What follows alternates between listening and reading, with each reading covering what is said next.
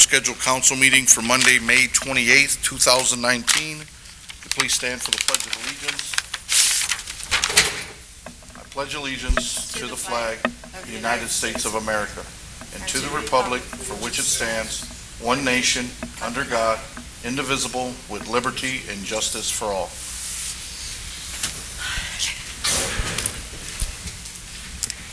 Clerk Santos, roll call, please. First District Councilwoman Myrna Maldonado. Present. Third District Councilwoman Brenda Walker. Present. Fourth District Councilwoman Christine Vasquez. Present. Fifth District Councilman Robert Garcia.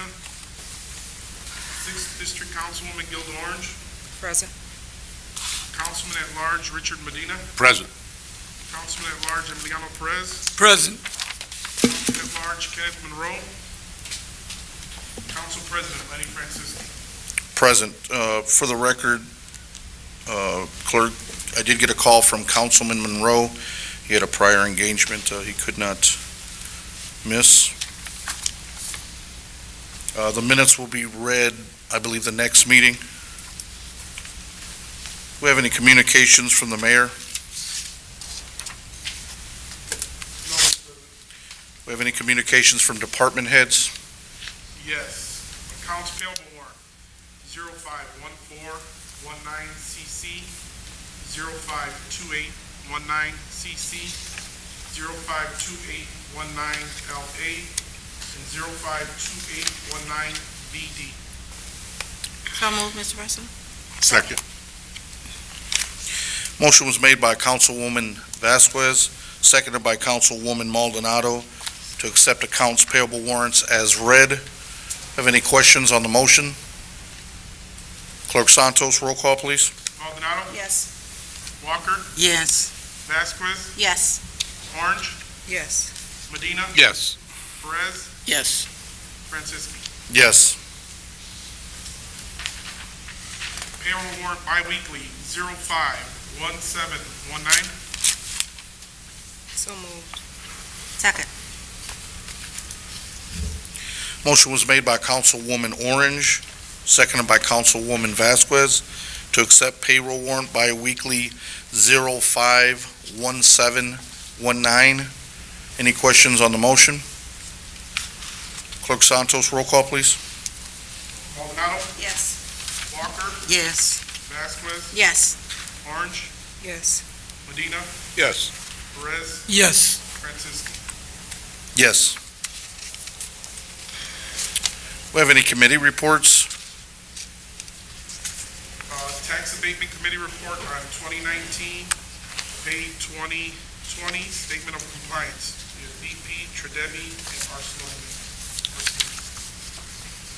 Councilwoman Orange.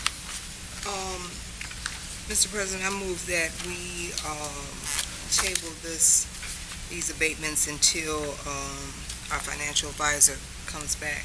I know that Tredebi is supposed to give us a percentage of what their tax abatement was and give it that 15% back. I don't know if they have or not, or where that money stands, and I don't know if our submit is this part of Suncoke. And Suncoke was also supposed to do the same thing, so I would just like that tabled until our financial advisor gets back. Second. Motion was made by Councilwoman Orange, seconded by Councilman Medina, to table the committee reports for the tax abatements for the three companies. Any questions on the motion? Clerk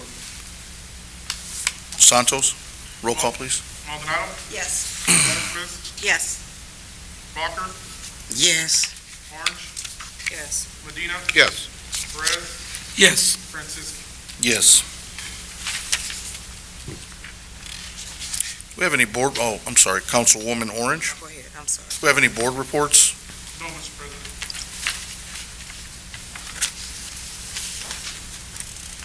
Do we have any ordinances on first reading? Councilwoman Orange? Mr. President, we had tabled ordinance 19-0008 because of some revisions that were made, and also to give Attorney Buscemi a chance to look at this ordinance. I have talked to Attorney Buscemi and also Attorney Harris, who was the author of this, and asked that this now, at this point, be brought back off the table and heard on second reading. With the amendment.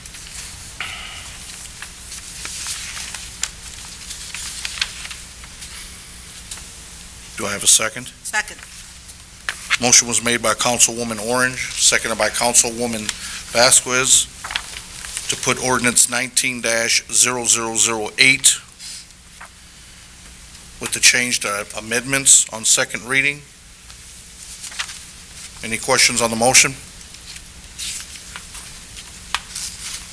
Clerk Santos, roll call, please. Maldonado, Yes. Walker, Yes. Vasquez, Yes. Orange, Yes. Medina, Yes. Perez, Yes. Francisco. Yes.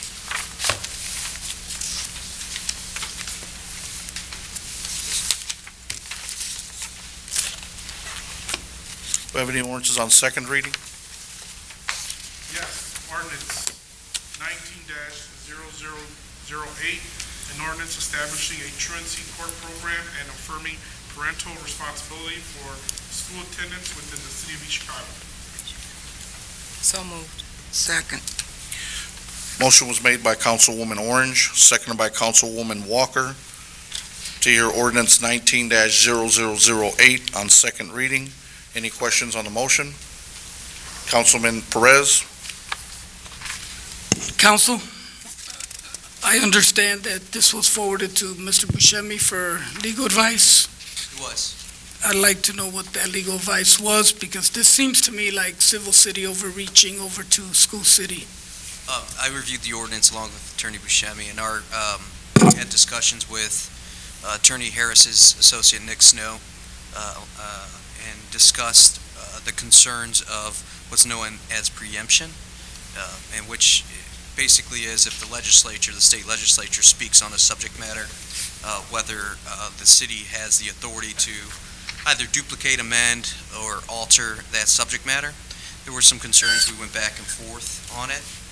They've made some changes to the ordinance on other issues as well, concerning language that directed North Township trustee, the school city, and ECHA to actively do something. And it was our thoughts that that was a separation of powers issue. This body can't mandate other entities to do things, and so they reverted back to May language in sections 4, 5, and 6. It was shall refer, and now it's may refer, which is based upon that. And then we had discussions on a case that specifically addresses whether the city has the ability to adopt an ordinance like this. And it's our legal opinion that there may be some preemption issues because of the case law on the subject matter of the compulsory attendance statute, and whether the ordinance alters either the penalty and duplicates the conduct of the parent and the parental educational neglect standard. So stating that, that's our legal advice. It's still up to debate. A court has yet to rule on whether a specific statute like this is preempted. We just have guidance from other ordinances, the most recent one being a City of Carmel ordinance dealing with a traffic ordinance that was duplicative of the state statute. So that's where we ended up. Why would we duplicate what the state is already doing? So that's a policy question for the council to consider, not a legal question. Council. Can anyone on the council tell me why we would duplicate something that the state is doing? Well, the state is not mandating, they have a mandate for truancy, but it has to be followed by the school corporation. And at this point, the school corporation has not been following it, and a number of our children have been left behind because of the fact that they have missed 40 days of schooling in the 4 years that they have gone to high school, which causes them to have to get a waiver instead of getting a diploma. They have to ask the state's permission to get that waiver, and the state can decide with recommendations from the high school and the principal and the dean if they get that waiver or not. It's at a point, and we didn't just come up with this by ourselves. We have 2 judges working on this, Judge Morris, Judge Inga Lewis, also the school superintendent, along with various other entities like Geminis, North Township, East Chicago Housing, because they see that it is a very, the Indiana Youth Institute did a study and said that one of the problems with East Chicago schools was attendance, that and reading. Attendance was at a point that it was bad, where kids were already missing 10 days within a year, 10 days within a semester. And so to be proactive, and we understood the preemption law, but all of the cities around us besides us have an truancy court. Maryville has one, and they face the same issues we do, as far as if the state says, okay, you've reached too far. But this is more of an active way to get parents more involved with their children so that their children will go to school. We don't have the truancy where the police are involved, and kids are able to at least graduate. So it's not taking it out of the state's hands, it's just enhancing what we have here, and also trying to make a difference in these children's lives. The ordinance itself in its spirit seems like, I get it, I could support what it's trying to do. I'm just a little concerned about trying to dictate to other government entities or taking the place of current statute. We're not asking North Township or East Chicago Housing to do anything they haven't. They have sat at that table. They are the ones that came up with that there's certain things that they could do. Also including the Division of Family and Children have been in on it. Also the Juvenile Division to try to keep the parents out of juvenile court, to get them to adhere to what the laws are, because if it's not being enforced, then it makes no difference what law it is, whether it's state, county, or city. If the law is not being enforced and nobody is enforcing it, it's a moot point. And just as myself and Councilwoman Maldonado discussed, it's more of a push to get parents to send their kids to school or find out why. And if they cannot send the kids to school for a reason, they didn't have the money, the kids didn't have the clothes, you got other entities like North Township and everything to step in to try to say, hey, we're going to wrap our arms around this family, try to get this family help and services. Geminis had reached out as far as mental health issues and drug issues. There's a lot of issues why parents don't send their kids to school, and before they end up in juvenile court, because by law, after 10 absences, you must, you shall send that name to the juvenile court, because that child has missed that many days in school. So it's trying to help them before they get to that point. And who would be responsible for enforcing the ordinance? There's a creation of a director of the truancy court program, but it's in the way it's drafted. Its referrals come from school, city of East Chicago, or any other school within the city limits, North Township trustee, and the ECHA. But the program director would be in charge of the whole program to be administered by the court. So it'll be a city job. The people will work for the civil city. Yeah, so under the statute, there's a school attendance officer created by statute, which is within the school city of East Chicago. That is not the director of the truancy court program. It's created by this ordinance. That city employee would be, from what I envision through reading the ordinance, an employee of the court in the city. So the employee would come out of the court system. I get that. That's a good idea. And I'm sorry, but I just got to read this today, and I got the revised copy as I was sitting up here, so that's why it's, I can go through the amendments made from first reading to second. I see them in red. I think,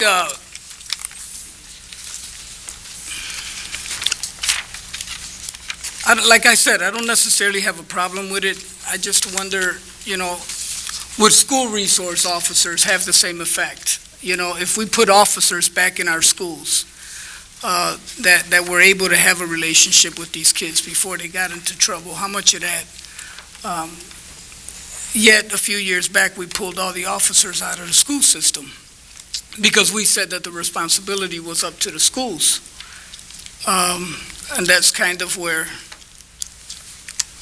I see this going. And I did agree then, and the school system has to stand up.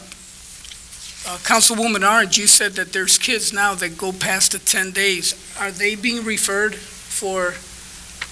They're being referred to a voluntary program to say that their parents can volunteer to come in and try to set up a situation that they can stay out of the court system. Who's referring them, and from the statistics that we had gotten, some kids were referred and some kids weren't. And I don't know if it was dealt with their behavior is the reason why some went and some didn't. But at the end of the day, those kids have suffered in the long run because, like I said, at the end of it, they will be getting a blank diploma and will walk across the stage, but will have to wait for the waiver to come from the state to see if they can even apply for that. And the waiver just gives them the ability to say that you finished the 4 years. It's not even a diploma. So I think that at the end of the day, I think the superintendent also realized that they needed a little help with this situation. And because if we expect so little out of the parents and students, then they won't do anything. But if we set the standards high, and this comes with the school and the city working together, because we could try to divorce ourselves, but at the end of the day, those are all our children that go through there. And if they don't get the education, then they will be preying on us. And we want to make sure they at least try to get a decent education. We may not be able to get all kids, but some of these kids that parents have allowed them just to stay at home. You got kids that are 3rd and 4th grade that have missed 10, 12 absences. Now, you can't even say they're ditching. This is something is going wrong at home, the reason why kids of that age could stay at home. So I just think it's a first step. It may not be a perfect step, but when all the entities came together, and there's so many different factions of this, like I said, with the judges and gymnasts, they have a program from the state that's working on this, and I just think that we ought to try it, and if it doesn't work, just like anything else, we know how we can amend it or abolish it, but I think we need to have a stand on this. One more comment. Like I said, the ordinance is something that I think I could support if I thought that we could withstand legal challenge, and that's where I think that I'm careful. I'm careful to try and make sure that we're not trying to violate the preemptiveness of law on School City. I don't see anything from School City saying that they've agreed to this. How about an interlocal agreement? Would something like that work? Could we do an interlocal agreement to make this legal? Go ahead and do this, but make it legal. From what I understand, there are interlocal agreements or memorandum of understandings to follow the ordinance by the actors involved. So yes, the answer is yes. We could do it through interlocal agreement to get the two entities to work together. I just want to be clear that the preemption is not to School City of East Chicago, it's to the state legislature. Right, correct, to the state statute. So yes, local agreements could assist, and I believe are going to be a second step, from what I understand, to the ordinance, with the School City, North Township, and ECHA, and the city all working together. So, but they don't cure, to be clear, the interlocal agreement does not cure the preemption issue of the state legislature. That's it for me. You should. Councilwoman Maldonado. Okay, a couple questions. First of all, does this cover all schools within the city, or is just School City of East Chicago? All cities within, city of East Chicago, So that include the charters and the charter and the, parochial schools also. Who's going to hire the director of the truancy court? Well, I think it would be, I guess the judge would have some of the say-so, and I guess they would go through an interview process, because you'd have to have somebody that knows something about truancy. Right now, Marcus Jefferson has been heading up most of this, because he was a truancy director in Gary. Right now, he is a dean, not saying that he's getting ready to be hired for that. But we have a subcommittee meeting on Thursday that would, give you the structure, and just like anything else that's been hired through the city, they'd have to have some they'd have to apply for it and see. It could be a police officer that could be the head of it, not necessarily from that group, the group of people that came together would be doing the hiring. It could be through the city or through Judge Morris. And my third statement, basically, I can support the ordinance. As a teacher, I understand the importance of students being in school, but, the School City of Chicago got rid of their attendance officers. So, for example, as a teacher in School City, I would enter in the attendance of the scholar, of the student, and then it would go to the attendance officer, and then the attendance officer then would follow up. There are no attendance officers now. So I guess my only concern would be, as I mentioned, I could support this, but I like to see the action steps to get that director of truancy to be able to go to all the schools in the city of East Chicago to follow up on with the teacher, because if there's a lack of attendance officers, then it would be every teacher in School City of East Chicago to find out the absences of those students in the school. And then how does one person then do all of that? So I'd like to see action steps, or at least something along those lines, to see how that's going to be executed. So, Councilwoman Maldonado, that's the reason why I only did it on the second reading. After the meeting that we have, it should be more of a structure on how that will be the tier system of the top person and who will be up under them.